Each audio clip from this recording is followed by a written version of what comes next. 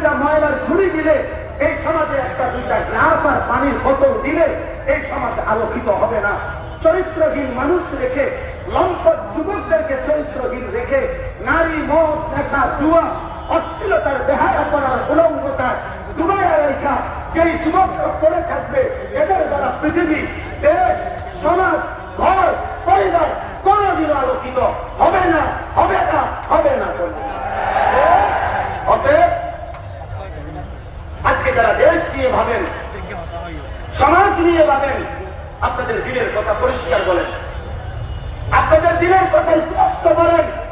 আসলে কি আলোকিত সমাজ চান, নাকি নিজেদের স্বার্থ উদ্ধার করতে চান? এই কথা স্পষ্ট বলেন। দুই তিনটা বক্তব্যের ফুলছুরি দিয়ে, বক্তৃতার মঞ্চে দুই চারটা সুন্দর সুন্দর বাক্য ব্যবহার করে এরপরে আপনি আপনার ক্ষমতা, আপনার পদ পদবী এটাই দখল করতে চান, নাকি সত্যিকার অর্থে সমাজকে আলোকিত করতে চান?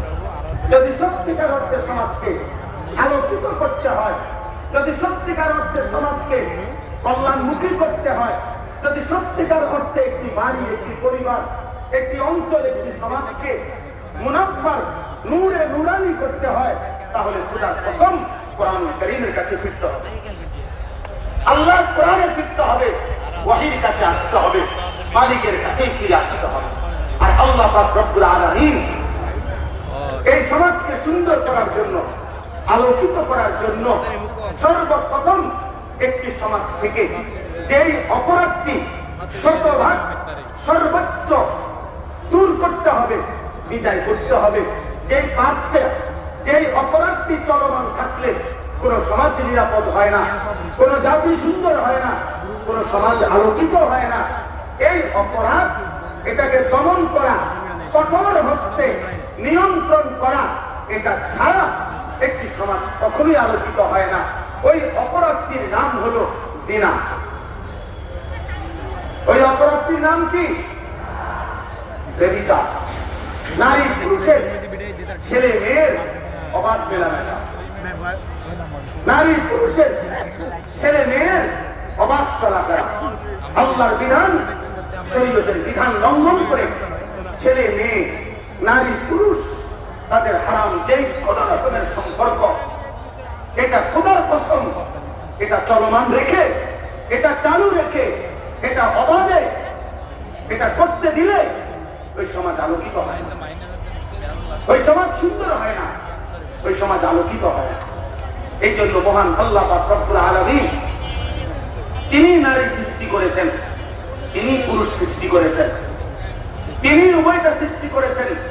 فخلق منه الزوجين الذكر والأنثى وخلقناكم أزواجا ومن آياته أن خلق لكم من أنفسكم أزواجا يا أيها الناس اتقوا ربكم الذي خلقكم من نفس واحدة وخلق منها زوجها।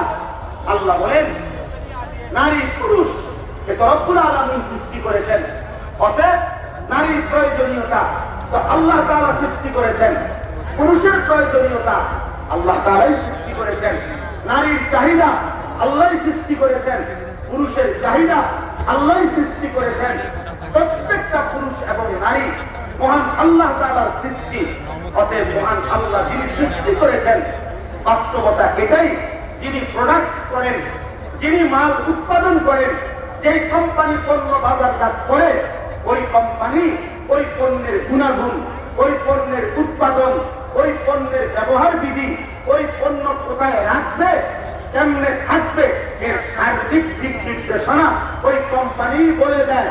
আর ওই কোম্পানির দিক নির্দেশনা মেনে চলার মধ্যেই নিরাপত্তা, শান্তি, এটাই বাস্তবতা। এই জন্য সিরাপের বোতলে লেখা থাকে শিশুদের নাগালের বাইরে রাখুন, সিরাপের বোতলের মধ্যে লেখা থাকে ঠান্ডা ও ফুসফুস খানে রাখুন। তাহলে এটা যারা উৎপাদন করতেন তারাই ভালো বলতে পারেন। তো মহান আল্লাহ পাক রব্বুল আলামিন তিনি তো নারীকে সৃষ্টি করেছেন, তিনি তো পুরুষকে সৃষ্টি করেছেন। তাহলে নারী পুরুষের এই সৃষ্টি যিনি করলেন, সেই মহান আল্লাহ পাক রব্বুল আলামিন তিনি তো পুরুষের কার্য কি, পুরুষের চলাফেরার অবস্থান কি, পুরুষের জীবন চলার গতিবিধি কি সেটা আলাদা আল্লাহ বলে দিয়েছেন।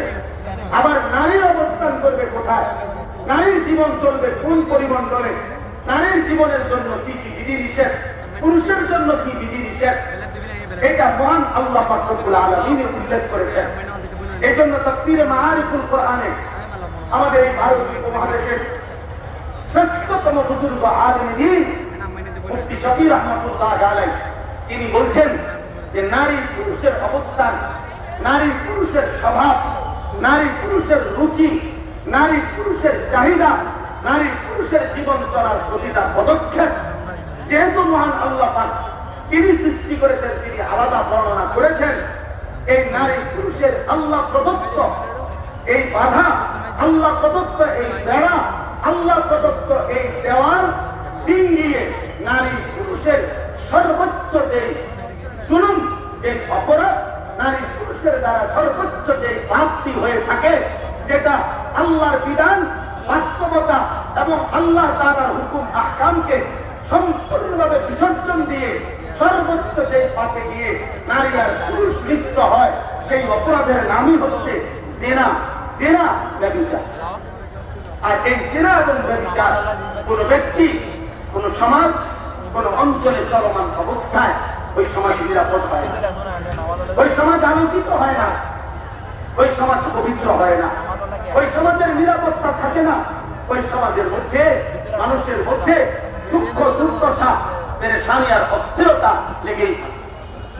হাদিসের মধ্যে আছে রাসূলুল্লাহ সাল্লাল্লাহু আলাইহি ওয়াসাল্লাম ইরশাদ করেছেন, লাম তাযহারিল ফাহিশাতু ফি কওমিন হাত্তা ইউ'লিনু বিহা ইল্লা ফাশা ফীহিম তাউন ওয়াল আওজা'উ আল্লাতী মাদাত ফি আসলাফিহিম আল্লাযীনা মাদাউ।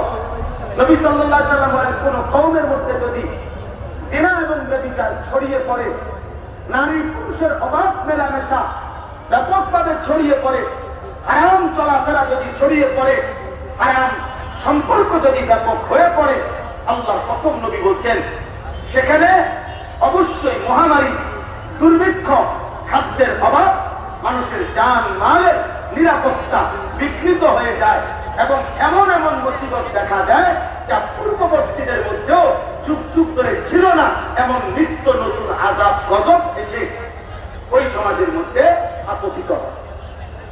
আল্লাহ নবী সাল্লাল্লাহু আলাইহি ওয়াসাল্লাম বলেছেন, যদি কোন সম্প্রদায়ের মধ্যে জিনা এবং ব্যভিচার ব্যাপক হয়ে যায়, নারী পুরুষের অবাধ চলাফেরা, অবাধ হারাম মেলামেশা, অবাধ হারাম সম্পর্ক ছেলে মেয়ে যদি ব্যাপক হয়ে যায়, আল্লাহ নবী সাল্লাল্লাহু আলাইহি ওয়াসাল্লাম বলেছেন, ইল্লা কাসুরা ফীহিমুল মাউত।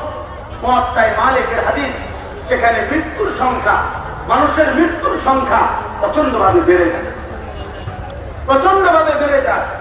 তাউন মহামারী দেখা যায়, বিভিন্ন রোগ ব্যাধি দেখা যায়। আজকের পৃথিবীতে এইডস কোনদিনও পৃথিবীর থেকে নিশ্চিহ্ন হয় নাই।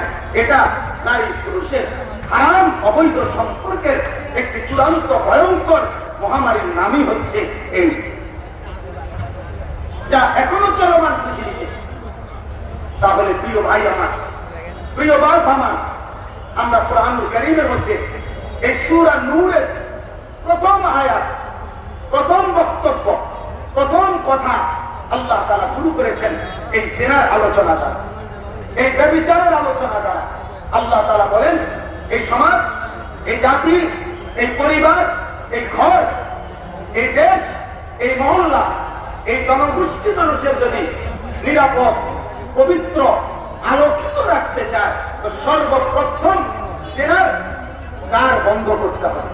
এই জন্য মহান আল্লাহ পাক রব্বুল আলামিন বলছেন কোরআনুল কারীমের মধ্যে, ইসলামের সবচেয়ে কঠিন দণ্ড, ইসলামের মধ্যে কোন পাপের শাস্তি সবচেয়ে কঠিন? জিনার শাস্তি। কোন পাপের শাস্তি বলেন?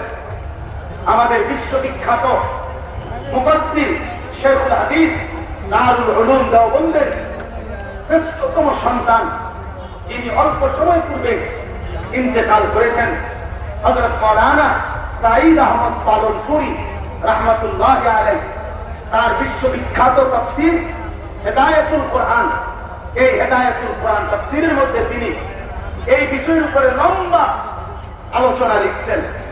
একটা মৌলিক কথা বলছেন উনি, যে জিনা এবং ব্যভিচারের শাস্তি আপাত দৃষ্টিতে বাহ্যিক দুনিয়াতে স্বাভাবিকভাবে কোন মানুষ শুনলে আঁতকে ওঠে, কাইপা ওঠে, লাভ পাইয়া ওঠে, যে কি ভয়ঙ্কর শাস্তি, কি ভয়ঙ্কর।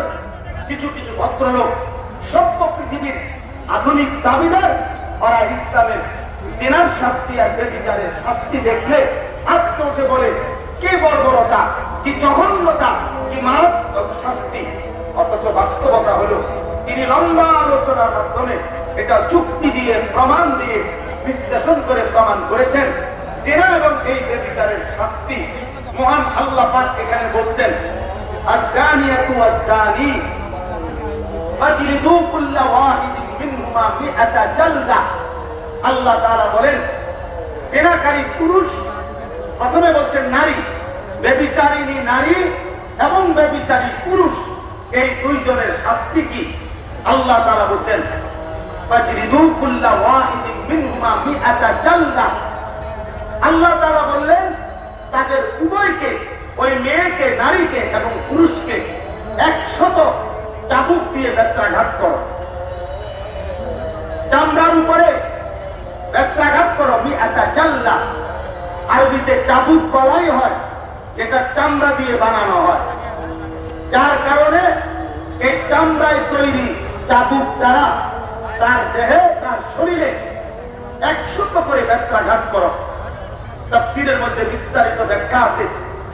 ইজমায়ে উম্মত, তাওয়াতুর হাদিস এর মাধ্যমে কথা প্রমাণিত যে এই শাস্তিটি অবিবাহিত ছেলে এবং মেয়ের জন্য।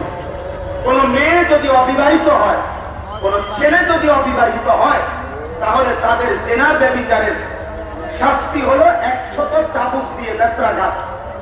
কিন্তু আল্লাহ নবী সাল্লাল্লাহু আলাইহি সাল্লামের বিশুদ্ধ হাদিস, কোরআনুল কারীমের মানসুখকৃত আয়াত, এটা মুতাওয়াতির হাদিসের দ্বারা প্রমাণিত যে বিবাহিত পুরুষ এবং নারী যদি জিনা করে, যেটাকে আমাদের সমাজে পরকীয়া বলে, অর্থাৎ বিবাহিত পুরুষ জিনা করেছে, বিবাহিত নারী ব্যভিচার করেছে, তো আল্লাহর বিধান হলো তাকে পাথর মেরে রজম, হত্যা করা, তাকে পৃথিবী থেকে বিদায় করে দেওয়া, এই পৃথিবী থেকে নিশ্চিহ্ন করে দেওয়া, নিশ্চিহ্ন করে দেওয়া। আল্লাহ তাআলা বলেন ওয়ালা তাখুযকুম বিহিমা রাহফাতুন ফি দীনিল্লাহ। আল্লাহ বলেন মুমিন, অন্যদের কথা বাদ দাও, কাফের, মুশরিক, বেঈমান, নাস্তিক, মুরতাদ কি বলবে, মুনাফিক কি বলবে, এর ধার ধাইরো না।